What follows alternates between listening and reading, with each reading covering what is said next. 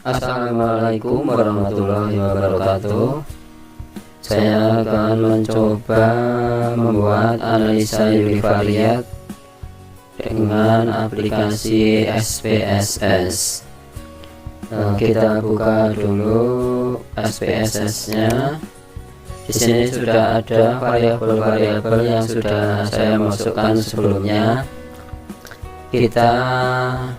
Selanjutnya kita buka atau klik analyze, kemudian descriptive statistik, kemudian pilih frekuensi. Sebagai contoh, saya akan mencari nilai umur rata-rata ibu, HB1, HB2, dan berat badan bayi. Kita pilih umur, kita masukkan HB1, HB2, kemudian berat badan bayi. Kita klik statistik, kita pilih min, median, kemudian standar deviasi, minimum, maksimum, dan SE min. Kita klik continue. Kemudian kita pilih charts. Kita nanti mau mencari juga untuk data ini apakah terdistribusi dengan normal atau tidak.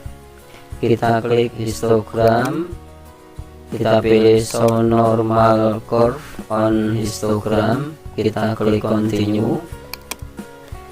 Kemudian setelah kita isi semua, kita klik OK.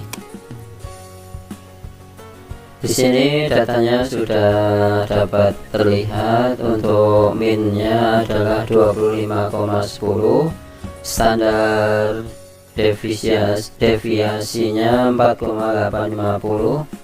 Untuk usia minimum itu 19 tahun, maksimumnya 35 tahun. Kita tadi udah memilih histogram, kita lihat histogramnya. Di sini untuk histogram bentuknya adalah bell shape atau seperti lonceng, berarti data ini terdistribusi dengan normal. Untuk menentukan sebuah data terdistribusi normal atau tidak, itu ada 3 cara. Yang pertama ini histogram, terus yang kedua dengan nilai skewness, yang ketiga dengan uji Kolmogorov-Smirnov. Kita coba yang kedua, kita kembali ke data.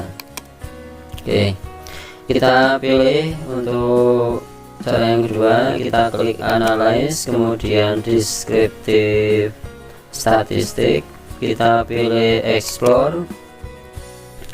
Kita akan mencari umur contohnya ya, apakah data ini distribusi normal atau tidak. Kita klik umur, kita masukkan dalam dependent list, kemudian untuk statistik di sini descriptive, kita klik continue, kita pilih plot, kemudian kita klik factor level together, stem and leaf, kemudian normality plot with test. Kita klik continue, terus sudah, ini kita pilih, kemudian klik OK. Nah, ini juga sama untuk hasilnya. Ini datanya sudah masuk, yaitu untuk standar deviasi 4,850, kemudian minnya 25,10, kemudian nilai umur minimal 19 tahun, maksimal 35 tahun. Ini melalui cara yang kedua, melihat nilai skewness-nya. Di sini dari data kita lihat hasilnya 0,547, untuk standar errornya 0,337. dikatakan bahwa data itu terdistribusi dengan normal apabila nilai skewness-nya kurang dari atau sama dengan 2, yaitu dengan cara pembagian antara nilai statistik ini dengan standar errornya 0,547 dibagi 0,337. Secara mudah untuk nilai ini 5 dibagi 3 itu hasilnya kan kurang dari 2, jadi data ini distribusinya normal. Kemudian cara yang ketiga dengan Kolmogorov-Smirnov ini dikatakan distribusi normal apabila p-value lebih dari 0,05. p-value-nya itu lebih besar ya dari 0,05. Kita lihat di sig-nya di sini hasilnya 0,035. Itu malah lebih kecil dari 0,05. Ini dikarenakan memang untuk cara yang ketiga ini sangat sensitif, jadi cenderung dengan jumlah sampel yang besar itu cenderung tidak normal. Maka lebih baik dengan cara yang pertama dan yang kedua, dengan cara histogram dan skewness. Demikian untuk analisa univariat. Kita lanjutkan untuk cara menentukan uji T, baik itu independen maupun independen. Terima kasih. Kita lanjutkan untuk yang kedua adalah uji T independen dan uji T dependen. Untuk yang pertama dulu kita melakukan uji T independen. Saya ambil contoh nanti adakah hubungan antara perilaku ibu menyusui dengan kadar HB. Untuk tujuannya nanti apakah ada perbedaan antara kadar HB ibu menyusui yang eksklusif dan tidak eksklusif. Di sini untuk uji T independen itu dilakukan pada kelompok yang berbeda. Di sini kita membandingkan antara ibu yang menyusui eksklusif dan tidak eksklusif. Di dalamnya nanti akan kita temukan bahwa bila itu H0 berarti tidak ada perbedaan antara ibu yang menyusui eksklusif dan tidak eksklusif, dan H1 bila ada perbedaan antara ibu yang menyusui eksklusif dengan ibu yang menyusui tidak eksklusif. Kita buka dulu untuk SPSS nya, kita klik analyze, kemudian kita buka kompartmen, kita klik untuk independent sample t-test nya.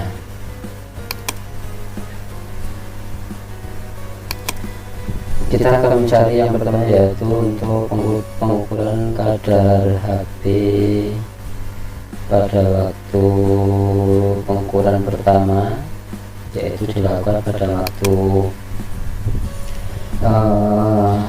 yang pertama itu pada waktu ibu menyusui 1 bulan, dan yang kedua itu pengukuran pada waktu ibu setelah menyusui eksklusif 6 bulan. Setelah 6 bulan kita masukkan untuk tes variabelnya yaitu HB pengukuran pertama, variabel tes. Kemudian untuk grupnya kita pilih untuk eksklusif, kita pilih define group, kita masukkan untuk grup yang pertama kosong dan yang kedua itu adalah 1. Kita klik continue, kemudian kita klik OK.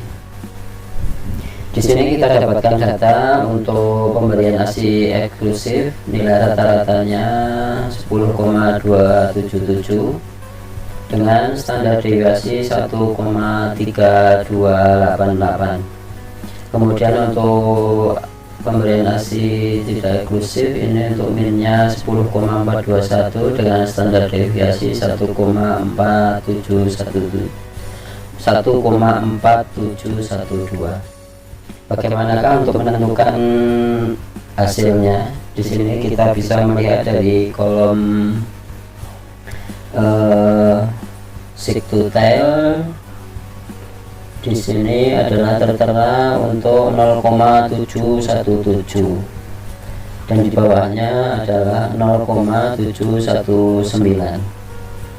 Terus bagaimanakah untuk menentukan nilainya dari atas bawahnya? Ini kita menggunakan nilai P-Levin test, yaitu bila nilai P-Levin test itu lebih besar dari 0,05 maka varian tadi adalah sama atau equal, dan bila P-Levin test lebih kecil dari 0,05 itu berarti variannya berbeda. Kita lihat di sini bahwa di kolom seek itu hasilnya 0,790, atau di sini kita bisa lihat bahwa nilai 0,790 itu lebih besar dari 0,05, yang artinya bahwa varian ini sama atau equal varian. Dari hasil ini kita kembali ke nilai seek yang to tail, ini 0,717. Kemudian dari hasil uji tes independen ini menunjukkan bahwa 0,717 itu lebih besar dari 0,05. Jadi kalau lebih besar itu artinya tidak ada perbedaan yang signifikan antara kadar rata-rata HB ibu yang menyusui eksklusif dengan ibu yang menyusui tidak eksklusif. Demikian untuk uji T independennya. Kemudian untuk uji T dependen, kita kembali ke data variabel yang di sini. Untuk uji T dependen kita membandingkan dua kelompok yang sama, biasanya dilakukan setelah kita berikan eksperimen dan sebelum dan sesudahnya.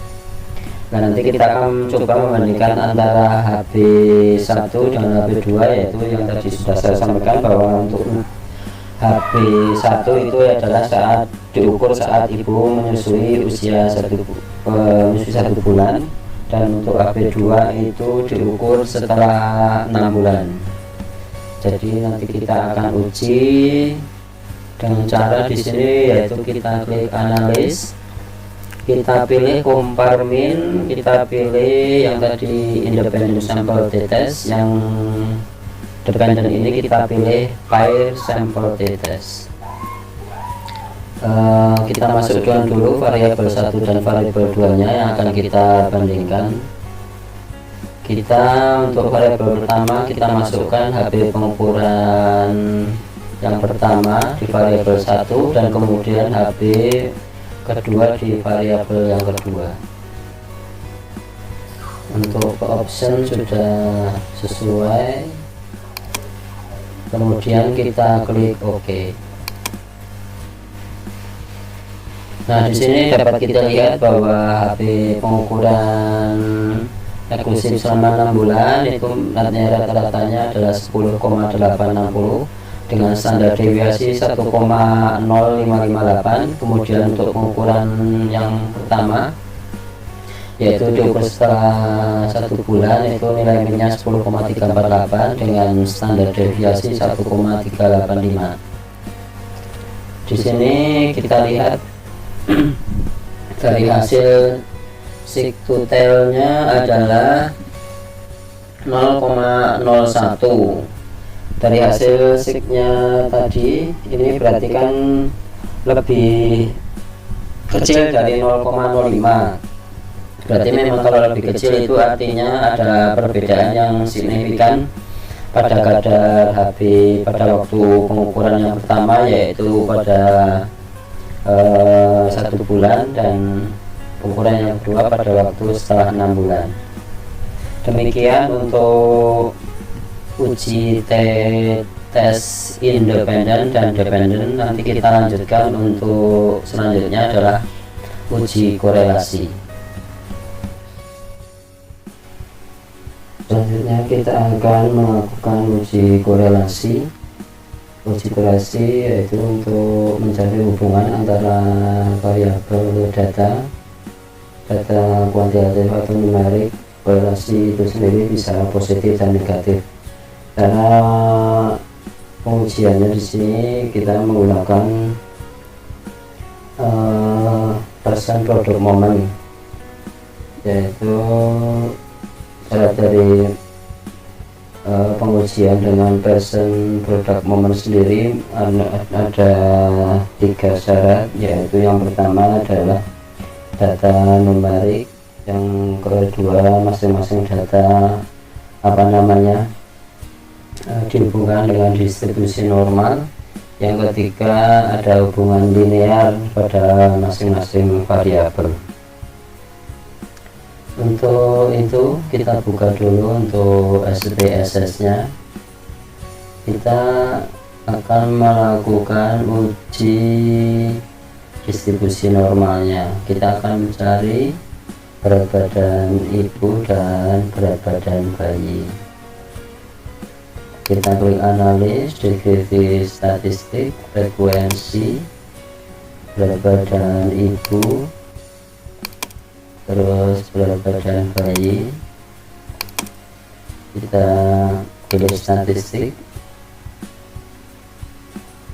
kita pilih mean, median, kemudian standar deviasi, minimal, maksimal, min. Kita klik continue, kemudian untuk saat kita melalui histogram apakah nanti data kita distribusi normal atau tidak. Kita klik continue, kita klik OK. Di sini dari histogramnya ada bentuknya bell shape, artinya bahwa data yang kita cari ini sudah terdistribusi dengan normal. Kemudian kita akan melakukan uji linear. Di sini kita masukkan analis, compare min, terus min. Kita masukkan variabelnya, berat badan bayi di dependent list, kemudian berat badan ibu di bawahnya. Kemudian kita klik option, kita pilih pass, kemudian test for linearity, kita klik continue, kemudian OK. Dari tes linear ini kita dapatkan data di sini dari division for linearity untuk nilai F 0,862 dan nilai sig 0,636. Dikatakan data itu adalah linear, yaitu bila nilai sig itu lebih besar dari 0,05. Data ini kita lihat bahwa 0,638 lebih besar dari 0,05, berarti data ini linear. Nah, dari sini kita bisa langsung untuk melakukan uji korelasi persen product moment.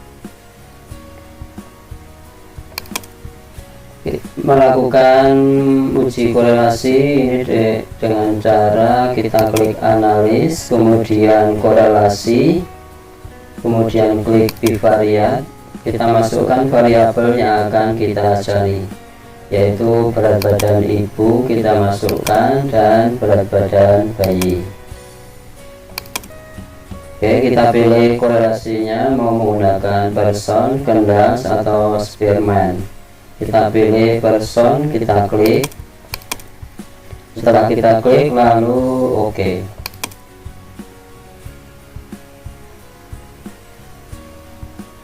Dari data yang sudah ada ini kita bisa lihat bahwa untuk berat badan ibu nilai signya adalah 0,003. Ada 3 cara untuk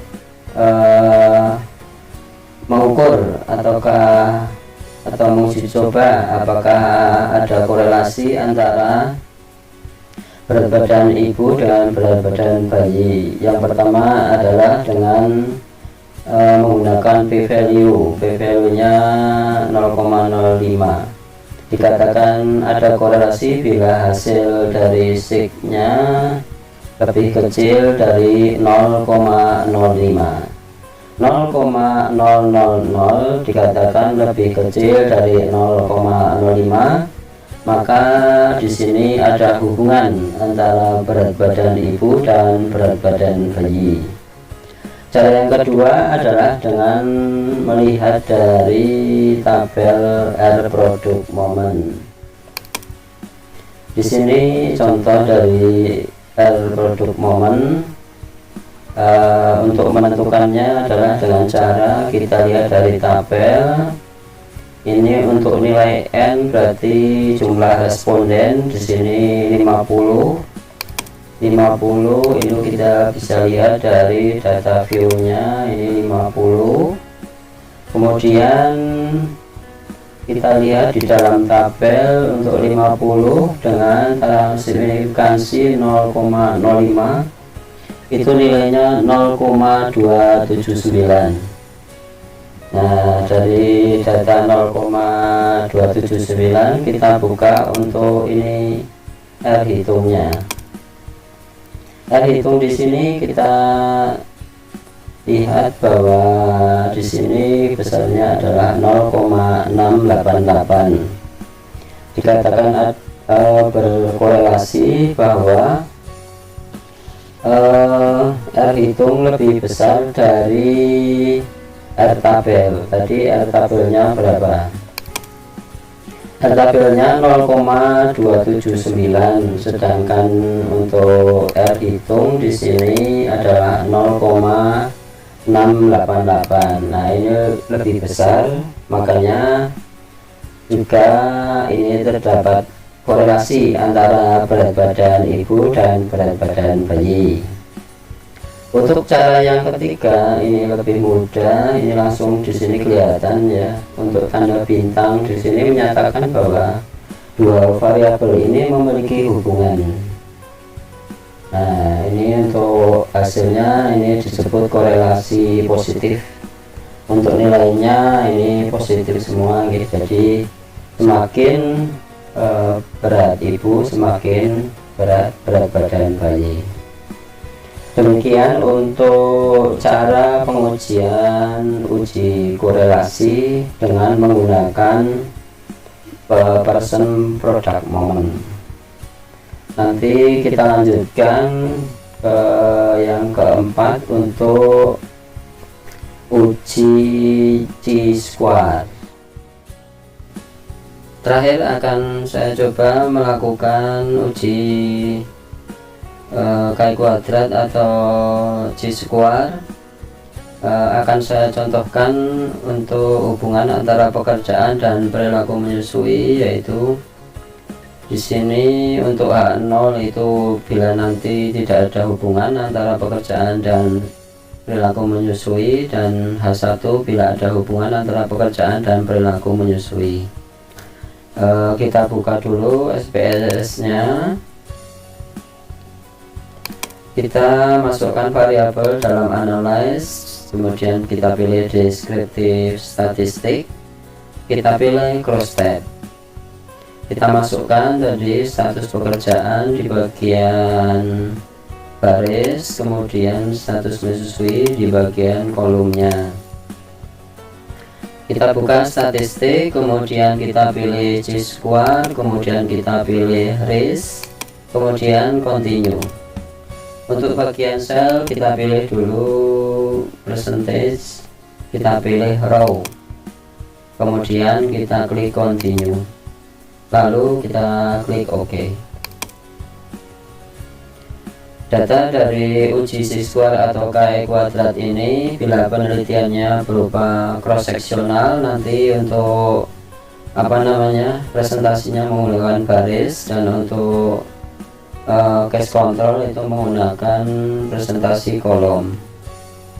Dari tabel yang sudah ada di sini dapat kita baca bahwa